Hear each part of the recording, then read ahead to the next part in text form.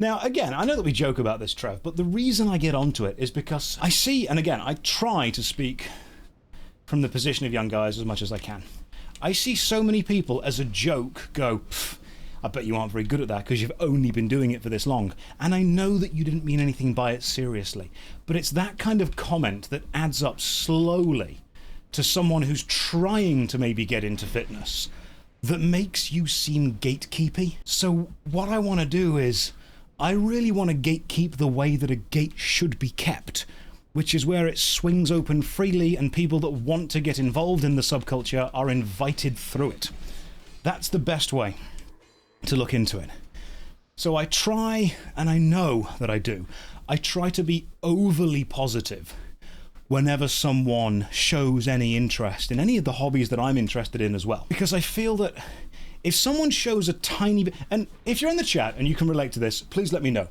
Have you ever shown a tiny bit of interest in something, and then someone has made a joke at your expense about that thing, and it's kind of just killed your desire to bother doing it?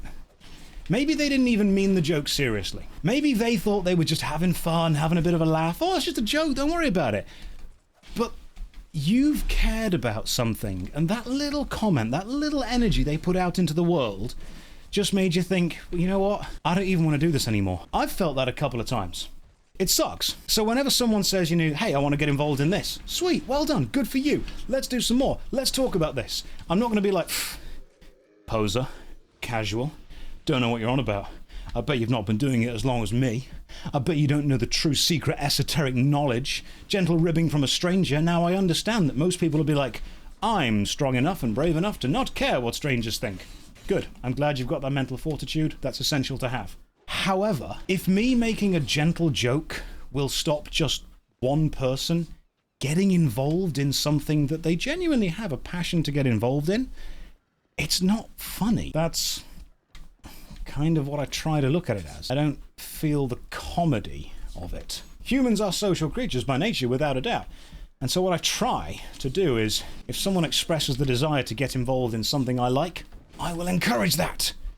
Because a joke at their expense isn't funny to them. That's why I'm so serious with it, okay? I know that it's so boring.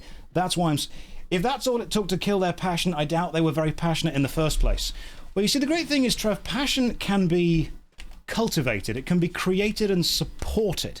If I go up to someone saying, hey, I'm thinking of doing this, but I'm not really sure about it, and that person says to me, that's an amazing idea. That's a great idea. Come on, I'll support you. That's fantastic. That could be the beginning of a lifelong love of something. I won't know if I love it yet because I've not done it before. But if someone says straight away, that's a stupid idea, you don't understand, I know more about it than you, what are you even thinking about? You've immediately quashed that tiny bit of passion. That's like saying a tiny seed won't grow into a tree if you could just crush it the moment it's a seed anyway. Maybe it didn't even want to be a tree. You take something small and weak and fragile and you nurture it and support it until it becomes something powerful and strong and stoic. And that is one of the most important parts that you can play in someone else's life. It's one of the most important parts that a teacher can be to a student. It's the idea of saying, look, I know that at this point, you are vulnerable to being stopped. At this point, this could go either way. It could become a lifelong passion. It could become something you hate. And you have the power in someone's life to kind of almost dictate where it's going to go to.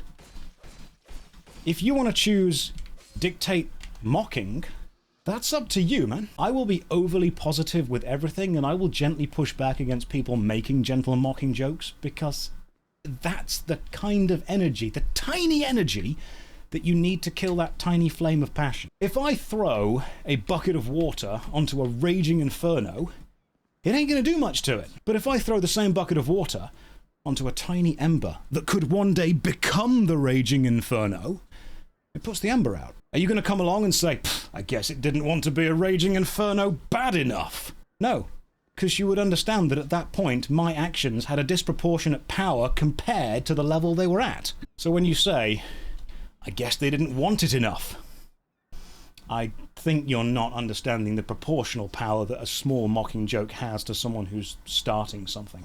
Anyway, that's my general opinion on stuff. Do you understand at least now why I am so passionate about it? Yeah, the mocking jokes, to use an arrogant know-it-all instead of people just, oh yeah, without a doubt. Like, I will happily take the piss out of someone. Let's say you and I are going to play Warhammer for a bit, and I know that you are a big Warhammer fan, and you sit down and you put your Tau out in front of you.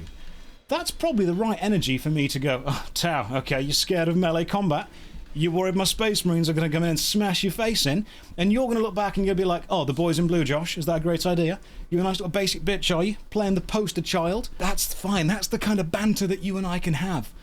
Whereas if some, you know, bright-eyed, bushy-tailed kid walks in, picks up his first box of Tau, and I walk over and go, you fool! You complete idiot! You buffoon! You're losing an entire combat phase. They'll die in melee combat. Put them back on the shelf, you idiot! You see how there's a different level in the energy there? You've got to pick what kind of energy you're putting out with the kind of person you're talking to. And if your energy could possibly stop someone getting into a hobby... Oh, now don't get me wrong, some people respond really well to tough love. Some people flourish when you give them a little bit of pushback, a little bit of, you can't do it, you're not good enough for this. That's when they jump on and they go, I am, and I'll show you. And if that's how someone learns, terrific. That's how we teach them. The problem is when you try and force someone to learn using tough love when they need instead support. I've literally known people go into boxing gyms to learn boxing, and the first thing the instructor does is put them in the ring with someone else, give them some gloves, and have the other guy just beat them up for a bit. As a bit of a hazing ritual. And they don't go back to that gym. Whereas I've known other instructors who walk in and say, hey, you want to learn boxing? Excellent. Let's start with the basics. Let's start with some footwork. Let's start with some stances, some guards, all this kind of stuff. And that's a great place to start. Teach you the basics, gives you a foundation. You blame your dad's tough love. So parents have this thing about it, men specifically. And this is one of the reasons that I try and push back against it, because the young boys of today are going to grow up into the fathers of tomorrow, and they are going to go with that tough love, you've got to suffer approach. When it's just not good. I've had teachers who have said, only, 5% of my class will pass. And I'm thinking, dude, that is a self-own, if anything. Are you that bad at teaching? Surely more of your class can pass than that. Unless you're using it as a way of saying only 5% of you are good enough. Okay. When teachers are like that, I think that the teachers are mad that they didn't get into teaching at like Oxford and Cambridge. Instead, they're teaching at like a community college somewhere that they see as being inferior, and they have to almost big themselves up by saying, I'm so good that most of you won't understand this. Oh, you got to keep pushing. You got to try to be an inspiration for people. Yeah. Never good enough. Only 5% of you will pass. I'm retiring and don't care. That's fair. You know, some people would say it's not that deep, dude, to me ranting about all of this, but anything can be deep if you think about it long enough. And the way that I try and describe it to someone is, let's imagine that a character in a video game has 100 hit points, and every time a character does something that makes you feel slightly sad or slightly annoyed, you take one tiny point of psychic damage. Someone being nice to you does not refill that health, but that cruelty, that meanness, that still takes it off. Most people will go, it's just one health, it's not a problem. But it happens often. All the time, every day, repeatedly. It's small psychic chip damage. It's death by 1,000 cuts. It's death by, it's just a joke. It's death by, oh, it's kind of funny, when it ends up being quite damaging, psychologically anyway. It's a damage over time, but it ends up having a major effect. That's why these things get to me so much, man.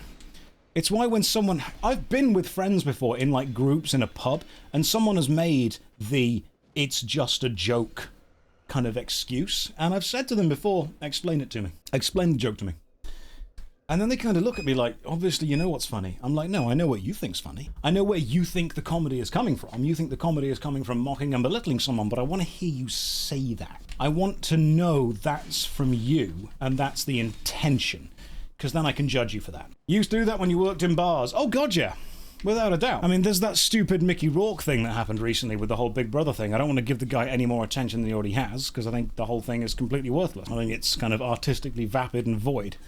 But you get the idea. They're the reasons that I get so bloody up in arms about this real basic stuff. Yeah, just explain why it's funny. If your betterment is coming from the putting of somebody else down, then maybe the actual truth is that you feel remarkably insecure in whatever it is you're doing. Because if you're secure enough, you don't feel the need to put other people down.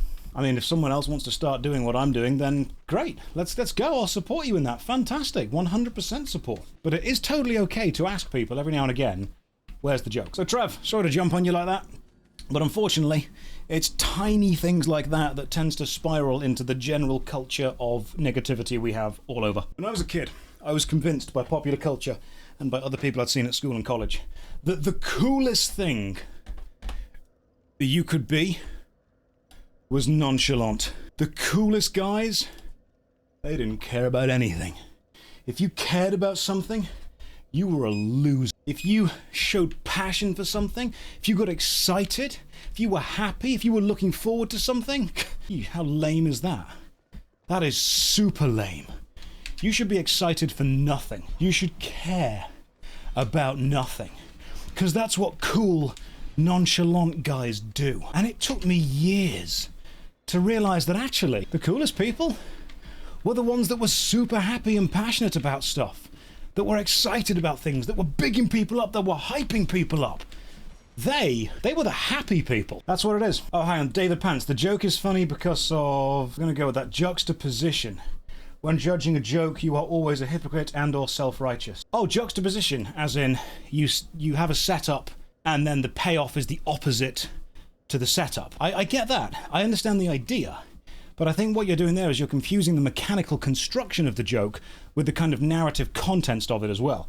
The mechanical construction of the joke absolutely has to make sense. However, the narrative framing of it as well, the actual content within it, needs to have some kind of societal relevance, seeing as one of the earliest recorded jokes we have is a dog walks into a bar and thinks, I'll open this one. We don't know what that means, because the language that it was written in and the time and the society that it was created for has changed so much, to now, that we don't have the context to really understand what was funny about it. If I say, hey, what's funny about that joke? And someone goes, well, actually, it's mechanically well constructed. I'll go, yeah, okay, it absolutely can be. But you have to understand that the contents of the construction are also remarkably, it's punching down. That's what it is. It's punching down. You want to think about cool characters in games? The idea is, yeah, the ones that listen. The ones that have that passion, that compassion, that care a lot. It's mechanically well constructed. That's, technically a good joke. That's what you can say to people. Things can be technically a good joke while being narratively crap.